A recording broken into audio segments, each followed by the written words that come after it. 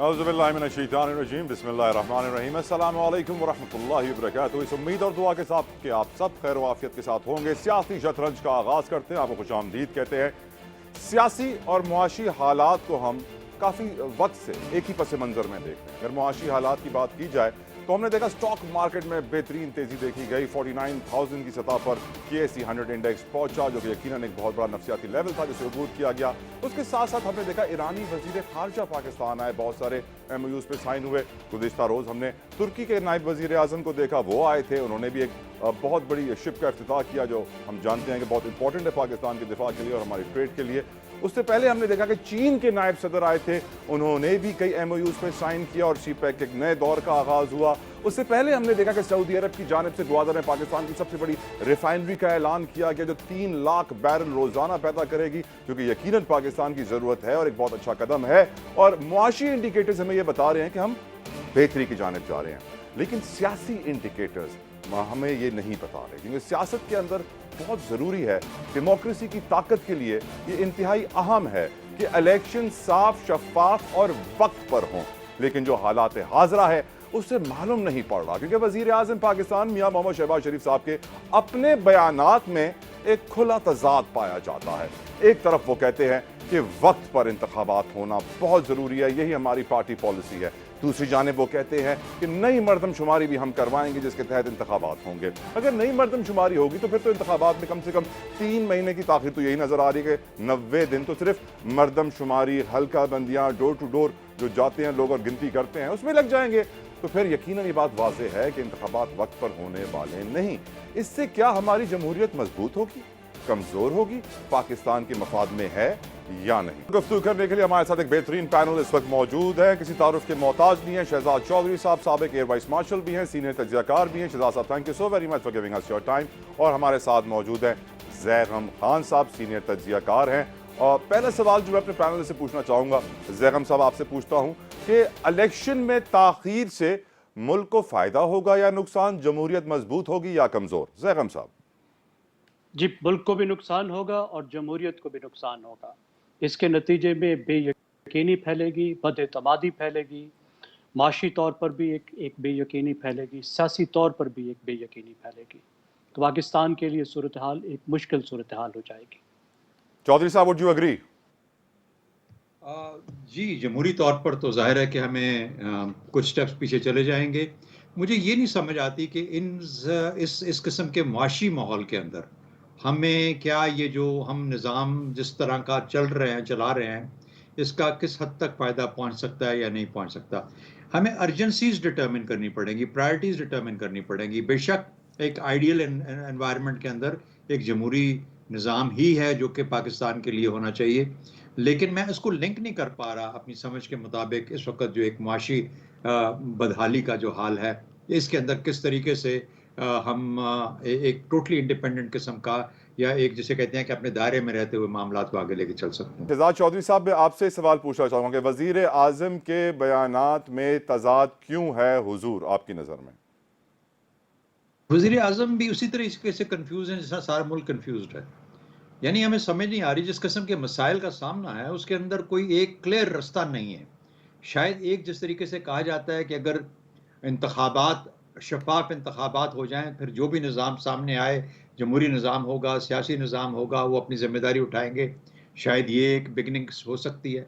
लेकिन फिर आप देखते हैं कि जो आपने पिछले अगर मैं 4 साल ना 5 साल ना भी बोलूँ, पिछला 1.5 साल बोलूँ, सवा साल बोलूँ, जिसके अंदर के पीडीएम की गवर्नमेंट की हुकूमत थी, जिस किस्म का निज़ाम का मुरक्कब बना के चलाया गया है, उसके बाद फिर एकदम से आप अपने आप को ट्रांसफ़र करना चाहते हैं, आगे बढ़ना चाहते हैं, प्योरली जमहूरी सियासी सेटअप के अंदर, तो मुझे लगता है कि थोड़ा मुश्किल होता जा रहा है। इस वजह से उनको भी समझ नहीं आ रही। दूसरी कुछ सियासी मजबूरियाँ भी हो सकती हैं, जो कि शायद किसी वक़्त में अगर आप सवाल करेंगे तो उसके ऊपर हम फिर उसको बेनिफिशियरी बहस कौन में ला सकते हैं। होगा चौधरी साहब? बेनिफिशियरी कौन होगा अगर इलेक्शन में ताख़ीर होती है? फ़ायदा किसको पहुँचेगा?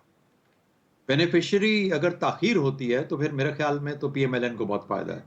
उसकी वजह ये है कि बहुत सारे ऐसे प्लेयर्स जो हैं जो कि ग़ालिबन इस वक़्त ख़तरा बने हुए हैं, उनका कुछ ना कुछ उनके ऊपर फ़ैसले हो जाएँगे। वो सीन से हट भी सकते हैं। फिर विदिन द फैमिली भी अगर कोई इस किस्म का मसला है, कौन साहब आगे आएंगे, कौन ऊपर आएंगे, कौन वजीर आजम होंगे, कौन वजीर आला होंगे, उसके अंदर भी कुछ ना कुछ थोड़ी सी चीज़ें सेटल होने के चांसेस हैं।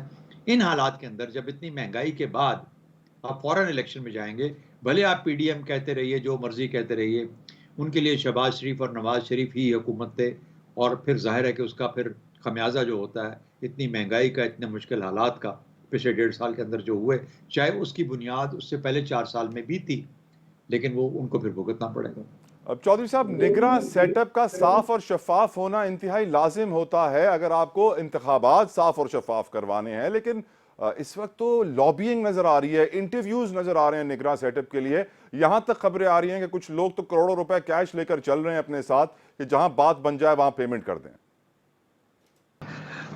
मेरा ख्याल है कि एक तो इनकी जिम्मेदारी में कहा जा सकता है निगरान वजीर आजम के, उसने या निगरान सेटअप ने इलेक्शंस करवाने हैं और उसके बाद उसको फिर फारिग होना है और नई गवर्नमेंट आएगी।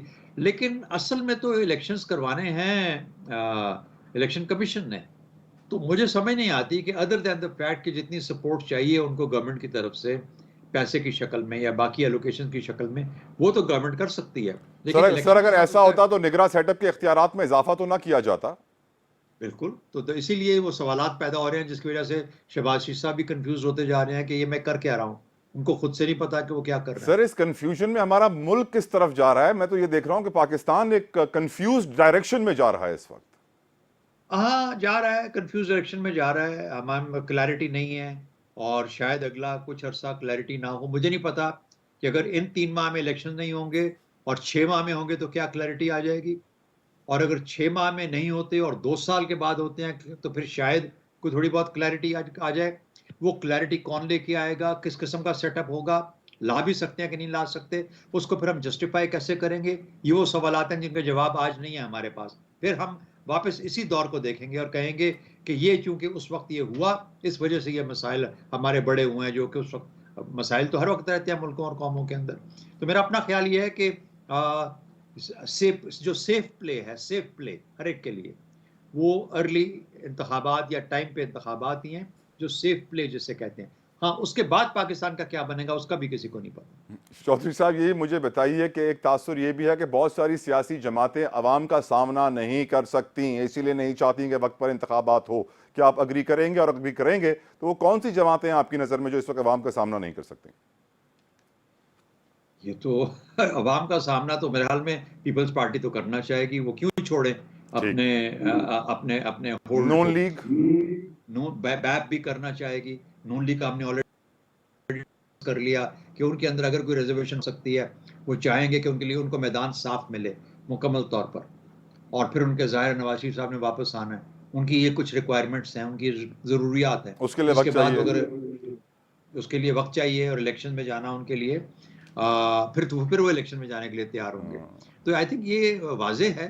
बाकी मेरा ख्याल है कि JUIF फ्रंटियर में अपना मौका देखती है, इसलिए सब के सब इलेक्शन जल्दी चाहते हैं, क्योंकि वक्त पे इलेक्शन होंगे तो उन सबका फायदा ही फायदा है, क्योंकि इस वक्त मैदान बड़ी हद तक उन जगहों पे लेकिन हुजूर, मर्दमशुमारी की हड्डी अटकी हुई है अभी तक गले में। MQM कहती है मर्दमशुमारी चाहिए, नून लीग भी कह रही है मर्दमशुमारी चाहिए, क्योंकि पंजाब की सीटें कम हो रही हैं, बलूचिस्तान को जा रही हैं, कराची में गिनती सही नहीं हुई है। मर्दमशुमारी की हड्डी आपको क्या लगता है गले से उतरेगी? मर्दमशुमारी की हड्डी जो है ये गले से उतारनी इसलिए पड़ेगी कि CCI नहीं होगी, ठीक है ना, काउंसिल ऑफ कॉमन इंटरेस्ट नहीं होगी। काउंसिल ऑफ कॉमन इंटरेस्ट निगरान वज़ीर आला के ऊपर नहीं बैठ सकती, ना कोई निगरान वज़ीर आज़म के बैठ सकती है। ये जो लोगों के नुमाइंदे होते हैं सिर्फ वो काउंसिल ऑफ कॉमन इंटरेस्ट करते हैं। उसके बाद उसको वेरीफाई करना, वैलिडेट करना। उसके बाद फिर कॉन्स्टिट्यूशनल अमेंडमेंट है, क्योंकि उससे डिलिमिटेशन का मामला आएगा। कॉन्स्टिट्यूशनल अमेंडमेंट सिर्फ 2/3 मेजॉरिटी के साथ नेशनल असेंबली कर सकती है। लेकिन सर 7-8 दिन तो बचे हुए हैं, मुश्तरका मफादात काउंसिल का इजलास तो हो सकता है, बुलाना चाहें तो बुला तो सकते हैं हुजूर। अगर हो जाए तो कर दें, मतलब अगर वो करना चाहते तब तक कर सकते थे। तो आप समझते हैं क्योंकि इस इजलास को बुलाने में वो ताखीर कर रहे हैं तो वो चाहते ही नहीं है कि मर्दमशुमारी हो? ऐसा ही है? नहीं कह रहे, मैंने तो नहीं कहा। लेकिन आपने कहा सर इजलास नहीं बुलाया उन्होंने, आपने अभी कहा चौधरी साहब के मैंने नहीं कहा, हरगिज़ नहीं कहा, मैंने हरगिज़ नहीं कहा। मैंने कहा काउंसिल ऑफ कॉमन इंटरेस्ट जब तक वैलिडेट नहीं करती कोई भी मर्दमशुमारी जो है वो उसका उसकी उसकी फाइनलाइजेशन नहीं होती। और राइट। उसके बाद फिर डिलिमिटेशंस होती हैं, सर वो आके मुल्क में चौधरी साहब कॉन्स्टिट्यूशनल अमेंडमेंट के थ्रू आप होती है। माशाल्लाह से बहुत बड़े ओहदों पर भी रहे हैं अपनी ज़िंदगी में और आप सीनियर तज्ज़ियाकार भी हैं, हम आपसे सीखते भी हैं। मुल्क के जो इस वक्त मौजूदा सियासी हालात हैं, आपने ज़िंदगी में पहले ऐसे हालात देखे? सियासी हालात तो पाकिस्तान के सियासी हालात तो हर वक्त मखदूश ही रहे हैं भाई। ये आई थिंक आप जब भी देख लें, पीछे देख लें, हमारे मार्शल लॉज आते रहे, सियासतदान आपस में भिड़ते रहे, लड़ते रहे। 90 की दिहाई जो है वो सारी की सारी यही कहानियां बार बार चलती रहीं जो आपको नज़र आ रही हैं। कोई उसके पीछे पड़ा है, कोई उसको गिरा रहा है, कोई उसको कर रहा है। देखिए, जहाँ ताकत का हुसूल सियासत हो, वहाँ पर फिर सियासत की डेफिनेशन बदल जाती है। सियासत ताकत का हुसूल नहीं है, किसी ज़माने में क्या, बल्कि हमेशा, अभी भी, आज भी। जब आप किसी क्लास में पढ़ने जाएं पॉलिटिकल साइंस की, तो वो कहेगा सियासत असल में एक पब्लिक सर्विस का नाम है। तो पब्लिक सर्विस को तो अब ये कोई पूछता नहीं है, अब तो सिर्फ ये ताकत का हुसूल है। तो ताकत के हुसूल में तो फिर अड़ंगी मारी जाती है और गिराया जाता है। और सर जो कानून साजी हो रही है, जो फीते पे फीता काटा जा रहा है, आखिरी दिनों में जो फुर्तियां दिखाई जा रही हैं, उससे आप कैसे देखते हैं हुजूर? देखते हैं, शायद वो उनको कोई ज़रूरत महसूस हो रही होगी करने की। जो कर रहे हैं उनको भी सोचना चाहिए कि वो इस पे डिबेट कर रहे हैं। हम यही तो कहते हैं, अभी की बात नहीं है। आज आप पिछले 4 दिनों में 45 आप बिल्स की बात ना करें, आप उससे पहले जितने मनी बिल्स हैं उनको देख लें, जितने बजट पे डिस्कशन हुई है उनको देख लें। मुझे आप ये बताइए कि किसी बजट की डिस्कशन के ऊपर कितने लोग हैं जो बोलते हैं, और क्या बोलते हैं। तो इसलिए जो कट मोशन भी होते हैं, कट मोशन भी पता नहीं कौन लगाता है, कौन नहीं, वो 10 12 8 10 होते हैं, बस इससे ज्यादा कुछ नहीं होता। तो इसलिए हमारा, बदकिस्मती से हमारा जो जो लेवल है पॉलिटिक्स का, वो डिफाइन होता है उस डिबेट से जो कि हमारी पार्लियामेंट में नहीं होती। ठीक, ताकत का हुसूल ही सियासत है, आपने कहा। हुजूर, इस वक्त हमारे अवामी नुमाइंदों में और अवाम में आप कितना फासला देख रहे हैं? क्या अवाम के मसाइल की रिप्रेजेंटेशन मुकन्नना कर रही है ठंडे ठंडे ऐवानों में या नहीं? मैं खुद अगले दिन बल्कि वजीर खजाना साहब का एक स्टेटमेंट सुना होगा कि हमने ये जो कीमतें बढ़ाई हैं बिजली की और बाकी सब की सब, ये जो पेट्रोल, और पेट्रोल की तो बाद में बढ़ी, बिजली की भी जो उन्होंने कहा कि मुल्की मफाद में बढ़ाई हैं। तो इसका मतलब ये हुआ कि एक अवामी मफाद होता है, एक मुल्की मफाद होता है। अवाम और मुल्क एक ही होते हैं, लेकिन अवामी मफाद में फैसले नहीं करती हुकूमतें, ये मुल्की मफाद में फैसले करती हैं। मुल्क से उनकी क्या मुराद है, ये मैं समझ नहीं पाता। सर, नेशनल इंटरेस्ट होगी ऑफ कोर्स। अब वो कुछ सियासी इंटरेस्ट और नेशनल इंटरेस्ट आजकल मिल जाती है। इस वक्त हमें पाकिस्तान को सही राह पर लाने के लिए क्या करना चाहिए चौधरी साहब? नेशनल इंटरेस्ट होता है कौमी मुफाद, ओके वो मुल्की मुफाद नहीं होता। ओके, तो इसलिए लेट्स डिफरेंशिएट दैट। तो डिफरेंशिएट। इसलिए तो सर बताइए, सही करेंगे डायरेक्शन उसको। में कैसे आए चौधरी साहब? अब हमें क्या करना चाहिए? आवाम चाहते हैं कि पाकिस्तान एक सही राह पर आ जाए, जो तरक्की की राह है, जो महंगाई से निजात है, जो बेरोजगारी से निजात है। कैसे मुमकिन है हुजूर? हुजूर, इसके लिए सबसे बड़ा जो काम है वो ये है कि आप अपने इलेक्टोरेट को इस काबिल करें कि वो काबिल लोग चुन सके। अब इलेक्टोरेट को काबिल करने के लिए क्या करना पड़ेगा, जो हमने आज तक 75 साल में नहीं किया, 76 साल में नहीं किया। उनको किसी ना किसी हद तक जो शऊर है, जो कि सियासी शऊर एक तालीम इन्फॉर्म्ड सियासी शऊर होता है, जब तक वो नहीं मिल पाएगा तो वो अच्छे फैसले नहीं कर पाएंगे। आपको खैबर पख्तूनख्वा के अंदर वो रुझान सियासत के नज़र नहीं आते, वोटिंग पैटर्न्स नज़र नहीं आते जो आपको सिंध में या पंजाब में नज़र आएंगे। अच्छा, बलूचिस्तान को तो चलें, आप कह लें कि वहाँ पे जो उनके सरदारान हैं उनका असर और रसूख बहुत ज़्यादा होता है। ट्राइबल सोसाइटी है, उसमें ट्राइब्स के अंदर फैसला कर लिया जाता है कि किसने किसको वोट देना है। लेकिन ये जो खैबर पख्तूनख्वा का ये हाल नहीं है। तो ये एगैलिटेरियनिज्म है, जो एक ओपननेस होती है, जो खुला दिमाग होता है, वो वहाँ पे किसी तरीके से जल्दी आ गया। और उसकी बुनियाद मेरे हिसाब से वो 1960 की दहाई के अंदर जिस तरीके से एजुकेशन को वहाँ फैलाया गया, और आप तारीख कभी जांचिए वहाँ पे कितनी तालीम, किस तरीके से कितने स्कूल कायम हुए, किस तरीके से बिजली दी गई, किस तरीके से वहाँ पे एजुकेशन, वो मामलात हमारे डीप पंजाब के जो एरियाज हैं और सिंध में बदकिस्मती से हमने नहीं किए। क्यों नहीं किए? ये बड़ा अच्छा सवाल है, जरूर कर के पूछना चाहिए हमारे लीडरान से कि भाई आप ये क्यों नहीं कर पाए। क्योंकि अगर वो कर दें, अगर सब लोग अपनी सोच समझना शुरू कर दें, तो फिर शायद वो उनको चुने ना इलेक्शंस के लिए। शायद ये वजह हो सकती है। शायद यही वजह है सर कि ग्वादर यूनिवर्सिटी जो है वो लाहौर में बन रही है। वैसे सर आपको कैसा लगा था सुन के कि ग्वादर यूनिवर्सिटी लाहौर में बन रही है? पुरानी यूनिवर्सिटीज को हम इम्प्रूव नहीं कर रहे हैं, नई यूनिवर्सिटी के बिल पे बिल पास कर रहे हैं। तो हमेशा से ये कहता हूँ कि जो है उसको अच्छा बनाओ बजाय राइट इसके सर, कि और थैंक बनाओ। You so very much. Shahzad Chaudhry साहब, साबिक एयर वाइस मार्शल, सीनियर तज्जियाकार हमारे साथ मौजूद थे और उन्होंने एक बात बड़ी अच्छी कही कि आज की सियासत है ताकत का हुसूल। ब्रेक लीजिए, गुफ्तगू जारी रहेगी।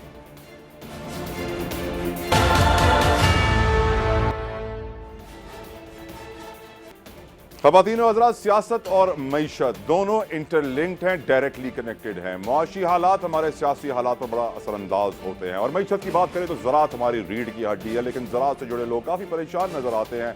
चाहे मामला हो खाद का, चाहे मामला हो बीज का, चाहे मामला हो पानी का। बहुत सारे इनपुट्स ऐसे हैं जिनकी कॉस्ट मुसलसल ऊपर जा रही है और उससे बढ़कर एक प्राइस मैकेनिज्म का मसला भी है। लेकिन मुझे उस दिन बड़ी खुशी हुई थी, दिल को इत्मीनान हुआ था जब मैंने ग्रीन पाकिस्तान इनिशिएटिव का सुना, जिसमें हमारे सिपा सालार आला जनरल आसिम मुनीर साहब भी पेश नजर आए। क्योंकि अगर ज़राअत के मसले हल हो गए तो पूरी पाकिस्तान की मईशत के मसले हल हो जाएंगे। रिपोर्ट देखिए, गुफ्तगू करेंगे किसान इत्तेहाद के सदर के साथ। पाकिस्तान को खुशहाली और तरक्की की मंजिल तक पहुंचाने का मिशन, वफाकी हुकूमत और फौज के ताउन से मुल्क में ज़रई इनकलाब लाने के लिए एक बड़े मंसूबे ग्रीन पाकिस्तान इनिशिएटिव का आगाज हो चुका है, जिसके तहत बंजर जमीनों को काबिल काश्त बनाना एक बहुत बड़ा कदम है। मुल्क की मईशत में ज़राअत 23% GDP का इजाफा करती है। मंसूबे के तहत मुल्क भर में 2 ट्रिलियन रुपए की माशी सरगर्मियाँ होंगी। ज़राअत के शोबे में $3 अरब तक गैर मुल्की सरमायाकारी आएगी, जबकि मकामी सरमायाकारी इसके अलावा होगी। ज़रई शोबे को जदीद तरीन टेक्नोलॉजी पर तरक्की देने के लिए मुल्क भर में 44 लाख एकड़ अराजी को काबिल काश बनाने का मंसूबा शामिल है। इसमें 13 लाख पंजाब, 13 लाख सिंध, 11 लाख खैबर पख्तूनख्वा, जबकि 7 लाख एकड़ जमीन बलूचिस्तान में मौजूद है। 95% छोटे काश्तकारों को भी फायदा पहुंचाया जाएगा। माशी और ज़रई तरक्की के लिए सऊदी अरब, चाइना, मुत्तहदा अरब अमारात, कतर और बहरीन से माली और तकनीकी मुआवनत हासिल की जाएगी। पाकिस्तान में हर साल सैलाब से फसलें तबाह और पानी जाया होता है, इसलिए इस मंसूबे के तहत सैलाबी पानी को महफूज करने के लिए नई नहरें बनाई जाएंगी।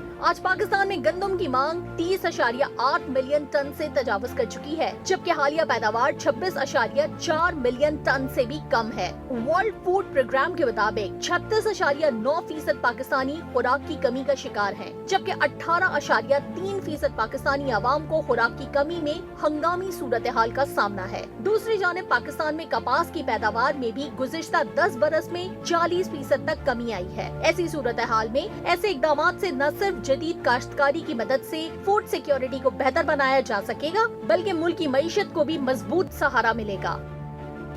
सदर किसान इत्तेहाद खालिद महमूद खोकर साहब इस वक्त मेरे साथ मौजूद हैं। खोकर साहब, thank you so very much, आपने अपना कीमती वक्त मुझे दिया। पहला सवाल मैं आपसे पूछना चाहता हूँ, इस इनिशिएटिव से आप क्या फ़ायदे पाकिस्तान को होते हुए देख रहे हैं, ज़राअत को होते हुए देख रहे हैं, किसान को होते हुए देख रहे हैं? देखिए जी, मैं अर्ज करूँ जिस हिसाब से हमारी हर साल आबादी बढ़ रही है, हम हर साल आबादी में एक नया न्यूजीलैंड या सिंगापुर ऐड कर रहे हैं, उस हिसाब से हमारी एग्रीकल्चर की ग्रोथ नहीं थी। एक ग्रीन रेवोल्यूशन आया था 60 की दहाई में, और मैं समझता हूँ अब ये एक डिजिटल रेवोल्यूशन है और ये वक्त की अहम ज़रूरत थी इस वक्त, क्योंकि इस वक्त हम तकरीबन 12 से 15 बिलियन डॉलर की एग्रीकल्चर प्रोड्यूस की इंपोर्ट कर रहे हैं। हम कहलवाने को तो एक ज़रूरी मुल्क है, लेकिन हम गंदम इंपोर्ट करते हैं, हम दालें इंपोर्ट करते हैं, हम कपास इंपोर्ट करते हैं, हमारी सबसे बड़ी जो एग्रीकल्चर की इंपोर्ट है वो एडिबल ऑयल है, हम सोयाबीन इंपोर्ट करते हैं, हम बीज बाहर से इंपोर्ट करते हैं। हमने रिसर्च के ऊपर कोई इन्वेस्टमेंट नहीं की। हमारा रिसर्च का बजट ना होने के बराबर है एग्रीकल्चर की GDP का 0.18।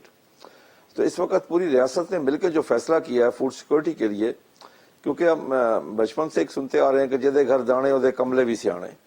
अगर हमारे घर में खाने को गंदा भी ना हो, आपके सामने है कि इस दफा आटे की लाइनों में लग के कितनी खवातीन, जो मैं उनको शहीदी कहूंगा, 24 खवातीन शहीद होगी लाइनों में लग के। क्या ये मुल्क इसी काबिल था? क्या अल्लाह ताला ने हमें क्या कुछ नहीं दिया? मैदानी इलाका हमारे पास है, पहाड़ हमारे पास है, दरिया हमारे पास है, अल्लाह ने हमें सब कुछ दिया खोकर साहब, लेकिन हमने किसानों को क्या सब कुछ दिया? क्या हमने अल्लाह की नेमतों को उसी तरह तकसीम किया? मैं उसी तरफ आ रहा हूँ ना। किसानों के पास सबसे बड़ा मसला है कि जदीद रिसर्च नहीं है, उनके पास बेहतर बीज नहीं है, उनको सर्टिफाइड बीज नहीं मिलता, उनके पास जदीद मशीनरी नहीं है, कॉस्ट ऑफ प्रोडक्शन में उनके पास लेवल प्लेइंग फील्ड नहीं है। हमारी दिन ब दिन पैदावारी लागत बढ़ रही है, खादें महंगी हो रही हैं, बिजली बहुत महंगी हो गई है, डीजल महंगा हो गया, बीज महंगा हो गया, पेस्टिसाइड महंगी हो गई, और इस पे कोई काम। अब आके ये जो ग्रीन इनिशिएटिव है, इसमें कम से कम एक चीज होगा कि एक तो काश्तकार की फ्यूचर मार्केटिंग हो जाएगी। काश्तकार को अब पता ही नहीं होता उसको क्या रेट मिल रहा है। उसमें ये होगा कि काश्तकार को एक चीज तयन हो जाएगा, उसका फसल काश्त करने से पहले उसको ये रेट मिलेगा, नंबर एक। दूसरा ये है कि जब उसको जदीद रिसर्च के तहत अच्छा बीज मिलेगा तो उसकी पर एकड़ पैदावार बढ़ेगी, फिर वो बैलेंस यूज ऑफ फर्टिलाइजर कर सकेगा, उसके लिए जो फाइनेंशियली इशू है वो दूर किए जाएंगे। और खसूसन ये जो अभी स्पेशल इन्वेस्टमेंट फैसिलिटेशन काउंसिल बनाएगी, इसके बहुत सारे फायदे होंगे। पहले तो कोई फाइल जाती थी मुख्तलिफ दफ्तरों में, कितना वक्त लग जाएगा खोकर साहब इन फायदों को पहुंचाने में? देखिए मैं आपको अर्ज करूं जनाब, एक अल्लाह की जात है, वो कहती है कुन तू हो जा फयकुन, बस हो गया। इंसान जब वो काम करता है, तजवीज, तई, तदबीर, कोशिश, वक्त, मुश्किल, हर चीज दरकार होती है उसके लिए। सर हकीकत तो ये है कि इस वक्त भी हमारे सिंध के जो किसान है ना, वो अपनी कॉटन बेचने के लिए बड़े परेशान है, मुश्किल से 7,300 का रेट मिला। मैं उसी तरफ आ रहा हूँ, क्योंकि इस वक्त हमारे सिर्फ कॉटन के नहीं बल्कि मक्की के काश्तकार भी बड़े परेशान है कि जब उसकी हार्वेस्टिंग शुरू होने लगी थी तो 4,000 रेट था, आज 1,800 रुपए रेट है।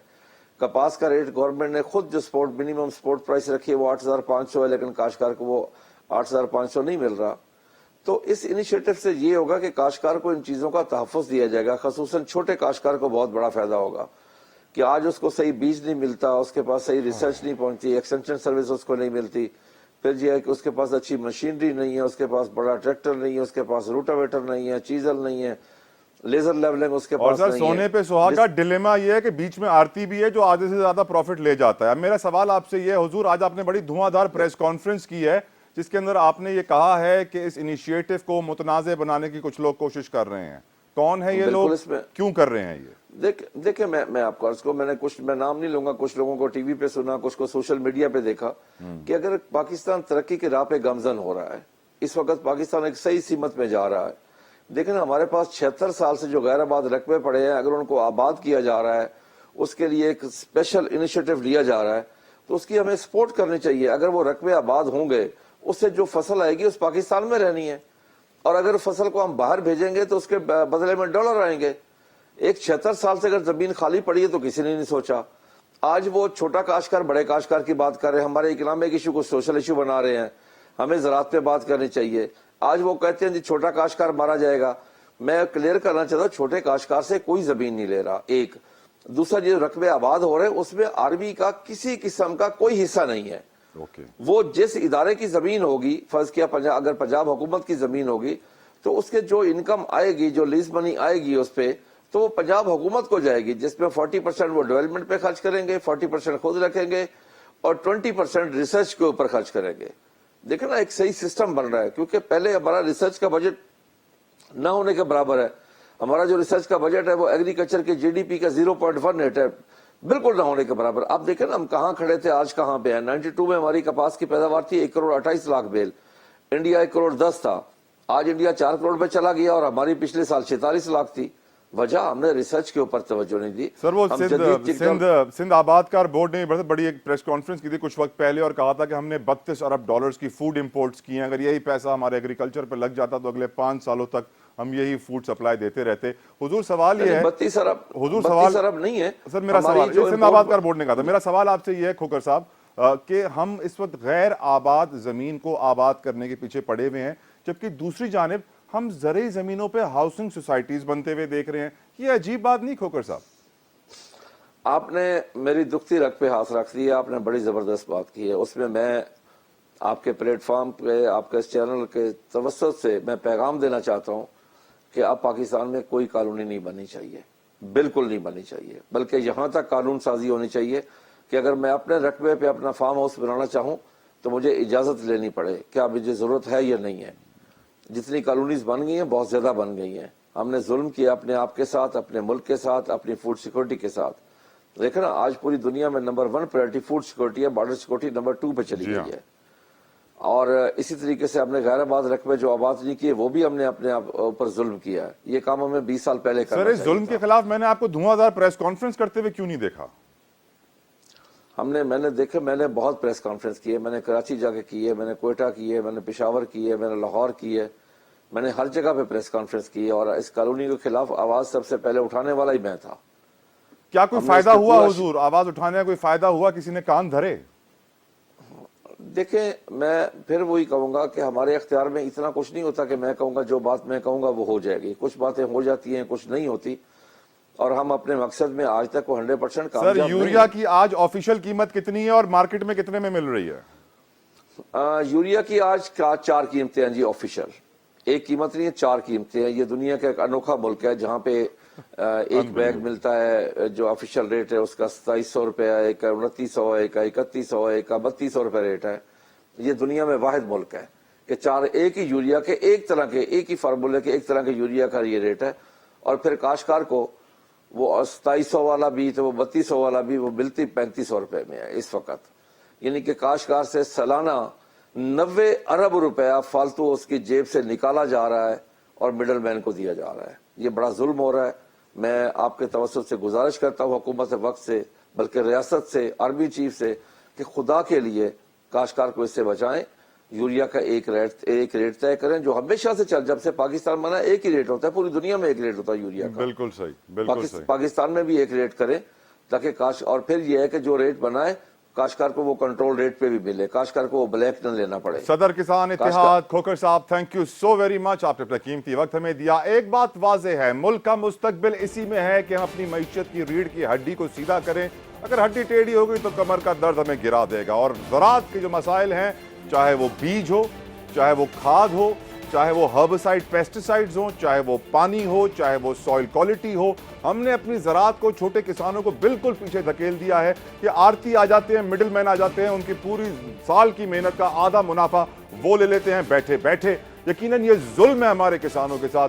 हम अपील करते हैं, जिस तरह सदर किसान इत्तेहाद ने की, अरबाब इक़्तिदार से, उन लोगों से जो ताकतवर हैं इस वक्त पाकिस्तान में, कि अगर हमने ज़राअत के मसले हल नहीं किए तो पाकिस्तान का मसला हल नहीं होगा। ब्रेक लीजिए, फिर बात करेंगे कश्मीर की। मकबूजा कश्मीर में जारी भारतीय मजालिम की, हमारे साथ रहिए।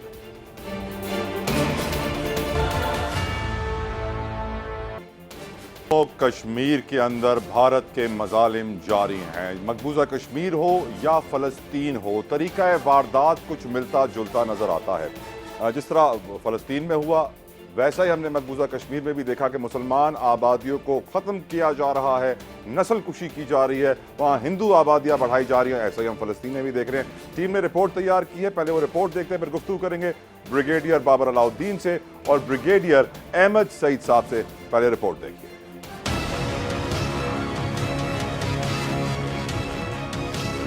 भारत का घिनौना चेहरा दुनिया के सामने बेनकाब। मकबूजा कश्मीर को हिंदू अक्सरियत में बदलने का मंसूबा। अकलियती इलाकों की नशिस्तें 83 से बढ़ाकर 90 कर दी गई। मुस्लिम अक्सरियती इलाकों की नशिस्तों में सिर्फ 1 सीट का इजाफा किया गया। वादी में 56,000 एकड़ अराजी भी हिंदुस्तानी फौज ने नाजायज तौर पर कब्जे में ले रखी है। नए कवानीन के तहत 50 लाख से ज्यादा हिंदुओं को कश्मीर का डोमिसाइल भी दे दिया गया है। मोदी सरकार का 5 लाख पंडितों के लिए इसराइल की तर्ज पर कॉलोनीज बनाने का भी मंसूबा है। मोदी सरकार हिंदू अक्सरियत पर मुश्तमिल एक नया डिवीजन बनाने का इरादा रखती है, जिसमें कोश्तवार, अनंतनाग और कुलगम के अजला शामिल होंगे। Jammu and Kashmir language bill, control of building operation act, Jammu और कश्मीर डेवलपमेंट एक्ट और फॉरेस्ट राइट्स एक्ट में तब्दीलियां भी आखिरी मराहिल में है। ब्रिगेडियर रिटायर्ड बाबर अलाउद्दीन साहब, पहला सवाल मैं आपसे पूछना चाहूंगा, भारत का जो इस वक्त तर्ज अमल है, मोदी जो कि एशिया का नहीं दुनिया का सबसे बड़ा दहशतगर्द है, वो जो तरीकेकार उसने अपनाया हुआ है पैलेस्टाइन से काफी सिमिलर है, आप कैसे देखते हैं उनके इस मूव को सर? मोदी जो कश्मीर में कर रहा है आज से नहीं, पिछले 4 साल से, स्पेसिफिकली अगस्त 2019 से, जब से सेकंड टाइम मोदी बर्थ पे इक़्तिदार आया, तो एक बाकायदा मंसूबे के तहत सब कुछ कश्मीर में किया जा रहा है। 5 अगस्त 2019 को हिंदुस्तान के आइन में जो मकबूजा कश्मीर को उन्होंने खुद ही एक स्पेशल स्टेटस दिया हुआ था, उसको ख़त्म करने के बाद ख़ास तौर पर वहाँ पर जो मुसलमानों की आबादी को कम करने के लिए और गैर कश्मीरियों को, बिलखुसूस हिंदुओं को वहाँ पर ला के आबाद करने के साथ साथ जो Modi government, BJP lead government कर रही है, वो शायद दुनिया को उस तरीके से उसका इल्म नहीं है जैसे ऑन ग्राउंड हो रहा है।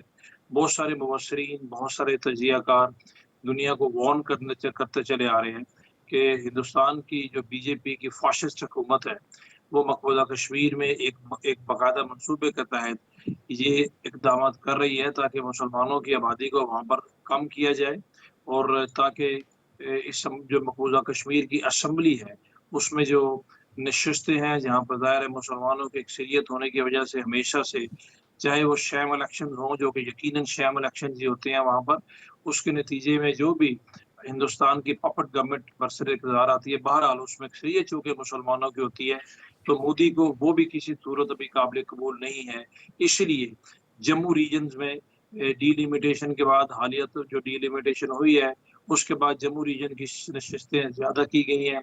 मकबूजा कश्मीर में जो वाई वैली इटसेल्फ है जहाँ पर मुसलमानों की अक्सरियत है उसकी नशिस्तें में बहुत कम इजाफा किया गया है और मनसूबा ये है कि आइंदा जब भी इंतखाबात हो वहाँ पर उन इंतखाबात के नतीजे में जो असम्बली बरसर इक़्तिदार आए उस असम्बली में हिंदुओं की अक्सरियत हो और पहली दफ़ा तारीख में पहली दफ़ा मकबूजा कश्मीर का वज़ीर आला एक हिंदू वज़ीर आला हो ताकि जो मोदी का ओवरऑल प्लान है मकबूजा कश्मीर को सबजुगेट करने का वो पाया तकमील तक पहुँचे। उस सिलसिले में बहुत सारे इक़दाम अभी भी किए जा रहे हैं जिनकी तफसील सबको पता है, मीडिया में भी आती रहती हैं। आगे चल के अगर आप चाहेंगे तो उस पर तफसील पे बात भी हो सकती है। बहरहाल मैं ये कहूँगा कि मोदी एक फाशिस्ट हुक्मरान है, एक इंतहा पसंद हुक्मरान है और मकबूजा कश्मीर की हैसियत को तब्दील करने का बुनियादी मकसद ही ये था कि वहाँ की टोटल हैयत को तब्दील कर दिया जाए, डेमोग्राफिक चेंजेस लाई जाएँ ताकि वहाँ के मुसलमानों से जीने का जो थोड़ा बहुत हक है वो भी छीन लिया जाए। ब्रिगेडियर अहमद सईद साहब, किस तरह हमें जवाब देना चाहिए भारत के मज़मूम मकासद और नापाक अज़ाइम का? देखिए मैं बिस्मिल्लाहिर्रहमानिर्रहीम अगर मैं शुरू करूं तो मैं वहां से शुरू करेंगे 2019 में ऐसा हुआ क्यों था और ये है कि 370 जो इनका आर्टिकल 1950 का था जिन्होंने निकाला और 35A जो 1954 का था तो उसमें बेसिकली जो कश्मीर का स्पेशल स्टेटस 370 उसको खत्म किया गया और जो स्पेशल आइडेंटिटी थी कश्मीरीज की 35A उसको खत्म किया गया। अभी ऐसे क्यों हुआ और दुनिया ने इसके ऊपर क्यों रिस्पॉन्ड नहीं किया उसकी 2-3-4 वजूहात है जो मैं जल्दी से आपको गिनवा दूं। पहले ये कि इंडिया को लार्जेस्ट डेमोक्रेसी के तौर पर देखा जाता है, दुनिया के साथ खड़ी होती है क्योंकि जदीद दुनिया जो है डेमोक्रेटिक है। नंबर 2 लार्जेस्ट मार्केट है $100 बिलियन से ऊपर की तो लिहाजा वो सॉफ्ट कॉर्नर रखते हैं इंडिया के लिए और नंबर 3 ये है कि वो चाइना के खिलाफ उसको काउंटर वेट देखते हैं। अब 2019 में ऐसा क्या हुआ कि इंडिया ने एकदम से इंपल्सिव ये डिसीजन लिया और उनको एब्रोगेट कर दिया। उसकी वजह बेसिकली ये है कि बुरहान वानी को 2016 में उन्होंने शहीद किया था तो 2019 तक आते-आते उसके काफी तक उन्होंने कंट्रोल कर लिया था वहां पे फ्रीडम फाइटर्स को। दूसरा फरवरी 2019 के अंदर उनको मार पड़ी थी बालाकोट के अंदर इंसिडेंट के अंदर तो वो हजीमत मिटाना चाहते थे और उसके ऊपर जलती पे तेल उस वक्त हुआ जब पाकिस्तान फॉरेन ऑफिस और प्राइम मिनिस्टर जो उस वक्त ट्रंप से मिले तो ट्रंप ने वहां मीडिएशन का जिक्र किया कि हम कश्मीर को रिजॉल्व करते हैं। तो जुलाई 2019 में ये ऑफर हुई ट्रंप की जानिब से और अगस्त 5 को impulsive with in 20 days Modi ने इसको जो है एब्रोगेट कर दिया दोनों और चूंकि उनका ये आइन का भी हिस्सा था, उनके मैनिफेस्टो का हिस्सा था, बीजेपी का जो कि आरएसएस का एक पॉलिटिकल फेस है तो उसकी वजह से उन्होंने ये इसको एक्शन ले लिया। अब उसका ये है कि क्या उसमें खातरख्वाह कामयाब हुए हैं पिछले तकरीबन 4 साल में 2 दिन रह गए हैं तो क्या इंडिया कामयाब हुआ है तो मैं कहता हूँ नहीं। उसकी इंडिकेशन सबसे बड़ी मई 2023 के अंदर अभी वहां पे एक वर्किंग ग्रुप की मीटिंग हुई थी G20 की जिसको उन्होंने बहुत उसको प्रोजेक्ट किया था मीडिया के अंदर, लेकिन वहां पे जो अटेंडेंस थी उसमें ना चाइना आया, ना कतर आया, ना इसमें सऊदी अरब आया, ना टर्की आया, ना इजिप्ट आया। इसके अलावा भी सिर्फ 50 एक डेलीगेट पहुंचे जो 200 से ज्यादा एक्सपेक्ट कर रहे थे और पूरा गैरसन स्टेट बना दिया गया इंडियन हेड कश्मीर को। तो खासी हसीमत है। अब पाकिस्तान, आपका सवाल कि पाकिस्तान को करना क्या है फर्दर, तो पाकिस्तान को मीडिया पे इसको इंटरनेशनलाइज करने की जरूरत है जो कि ऑलरेडी हो चुका है, स्पेशली जो वर्किंग ग्रुप की मीटिंग टूरिज्म की G20 हुई थी उसके बाद तो खास करके। और दूसरा ये कि आप जितनी वहां पे फ्रीडम मूवमेंट चल रही है उसकी डिप्लोमेटिक और जो आपकी पॉलिटिकल उसकी सपोर्ट है उसको उसी तरह जारी रखना चाहिए। आपके सारे स्टेक होल्डर्स जो मिलिट्री और जो पॉलिटिकल लीडरशिप है उनको एक पेज पे होने की जरूरत है। लिहाजा I can in single word और in single sentence I can say कि whole of a nation response की जरूरत है। और दूसरा जो हमारा डिप्लोमेटिक ऑनस्लॉट है, जो हमने ऑफेंसिव एक लॉन्च कर रखा है जिसकी वजह से कश्मीर अभी भी उसी तरह इंटरनेशनलाइज है और यूएनएससी की बंद कमरे के अंदर 3 मीटिंग्स इसकी इस साल में हो चुकी हैं। तो मोदी इस पर खातिर ख्वाह जो परेशान भी है और अभी नॉन कश्मीरीज ने एक इसके ऊपर मूव किया है, सुप्रीम कोर्ट के अंदर एक पिटीशन दायर कर रखी है और इंडिया की सुप्रीम कोर्ट उसको सुन भी रही है कि आर्टिकल 370 और 35A को क्या उसको वापस लेकर आने से रिवोक करना चाहिए, इसको जो है जिसको वापस इसका जो स्टेटस पुराना था उसको बहाल करना चाहिए। तो मैं समझता हूँ कि मोदी जो है वो अपने ही वजन पे खुद मुंह के बल वो नीचे गिरा है, लेकिन जैसे ब्रिगेडियर साहब भी कह रहे थे कि वो उच्च हथकंडों से सीटें कुछ हिंदूज की वहां बढ़ा के शायद वो हिंदू वजीर आला लाने की कोशिश करें, लेकिन मेरा ख्याल है कश्मीरी जो इंडियन कश्मीर में है या पाकिस्तानी जम्मू एंड कश्मीर में जो बसते हैं वो इतने गयूर और अपनी आज़ादी के लिए सरबकफ हैं कि इंशाल्लाह इस तरह की कोई हरकत भी मोदी की कामयाब नहीं होगी। तो खातिर ख्वाही इंटरनेशनलाइज इशू हो चुका और इंशाल्लाह फतह पाकिस्तान की होगी। ब्रिगेडियर बाबर साहब, हमें और क्या करना होगा? आवाज तो हम उठा रहे हैं, हमें और क्या करना होगा? कुछ करना होगा, हमें सबसे पहले रियलिटी को देखना होगा, जो अपनी थोड़ी कमी कुताही रहेगी उसको देखनी होगी। और मैं एक बार फिर कहूँगा कि मोदी ने जो कश्मीर में अगस्त 2019 में किया वो यकदम नहीं था, एक सोचे समझे मंसूबे के तहत किया गया। जो मोदी की इससे पहले 5 साल की गवर्नमेंट थी उसमें उन्होंने होमवर्क किया और वहीं से बहुत सारे इकदाम करने शुरू किए। उन्होंने एंटेगनाइज किया कश्मीरीज को और उसके बाद 2019 में अगस्त में जब उन्होंने ये किया तो उसका फिर उसको फायदा ये हुआ कि क्योंकि वो एक सरप्राइज कम अज कम उनके पॉलिसी मेकर्स के लिए नहीं था और एक मंसूबे के तहत उन्होंने दुनिया को क्या दिखाना है, सारी दुनिया को ये पता है इंडिया एक बड़ी मार्केट है, जो कुछ भी है सब कोई रियलिटीज हैं, सॉफ्ट कॉर्नर शुरू से रहा है, लेकिन इतना बड़ा इक़दाम जब मोदी ने किया ये कोई यकदम नहीं था और वो अभी भी एक मंसूबे के तहत सब कुछ कर रहे हैं। हमें आपने पूछा क्या करने की जरूरत है, बहुत कुछ करने की जरूरत है। सबसे पहले तो हमें अपना स्टांस बहुत क्लियर दुनिया के सामने बाकायदा तौर पर भरपूर तरीके से बताने की जरूरत है। अनफॉर्चुनेटली लास्ट गवर्नमेंट के टाइम पे मैं खुल के ये बात कहूंगा कि हमने डिप्लोमेटिकली उतना कुछ नहीं किया जितना कुछ हमें करना चाहिए था। और अभी भी दुनिया के बहुत सारे फोरम्स मौजूद हैं, उन फोरम पे ये बात उठाई जा सकती है। ब्रिगेडियर बाबर, मेरे पास वक्त की कमी है इसलिए sorry to interrupt your last comment. Brigadier Ahmad साहब, मैं एक चीज आपसे पूछना चाह रहा हूं कि भारतीय जानिब से ये बयान आ रहा है कि हम लाइन ऑफ कंट्रोल क्रॉस करके हमला कर सकते हैं, हमारे वजीर आजम ये बयान दे रहे हैं हम डिस्कशन के लिए तैयार है, क्या ये स्टांस दुरुस्त है हमारा? देखिए, हम पाकिस्तान ने हमेशा रेस्ट्रेंट का मुजाहरा किया है, हमेशा एक जिम्मेदारी का मुजाहरा किया है। जो प्राइम मिनिस्टर साहब ने अभी स्टेटमेंट दी है कि हम हर किस्म के इश्यूज पर बात करने के लिए तैयार हैं, इंक्लूडिंग कश्मीर, ये पाकिस्तान की मैच्योरिटी, पाकिस्तान का एक स्ट्रॉन्ग स्टांस जाहिर करता है। जहां तक मिलिट्री क्रॉसिंग का ताल्लुक है तो आप ये याद रखें कि मई 2024 में दोबारा उनके लोकसभा के इलेक्शन आने वाले हैं। इस तरह की गिदड़ भटकियां जो है वो उनका पुरानी रूटीन है, इससे घबराने की जरूरत नहीं है। हाँ, मैं ये जरूर कहूंगा कि ऐसा लाइन ऑफ एक्चुअल कंट्रोल पे जो वहां पे चाइना के साथ बनता है वहां पे उनकी स्किर्मिशेस चल रही हैं। शायद वो पाकिस्तान को इस तरह की थ्रेट दे के शायद चाइना को वो सुनाना चाहते हैं, लेकिन वो अच्छी तरह जानते हैं कि 2019 फरवरी के अंदर पाकिस्तान आर्म्ड फोर्सेस में जैसे उनको मजा चखाया था, मेरा नहीं ख्याल कि वो लाइन ऑफ कंट्रोल। सर, उन्हें चाय की याद आ रही है सर, चाय की याद आ रही है। They are missing the fantastic tea. बहुत बहुत शुक्रिया brigadier Ahmad and brigadier Babar साहब, आप दोनों ने अपना कीमती वक्त मुझे दिया। एक बात वाज़ेह है, मोदी चाहे कुछ भी कर ले, मकबूजा और जम्मू कश्मीर में वो हिंदू वजीर आला नहीं ला पाएगा, क्योंकि मुसलमान वहाँ अक्सरियत में हैं और इस जुल्म के खिलाफ आवाज़ उठाते रहेंगे और हम भी आवाज़ उठाते रहेंगे। प्रोग्राम का वक्त तमाम होता है, अपना बहुत ख्याल रखिएगा। अंटिल मंडे, अल्लाह हाफ़िज़।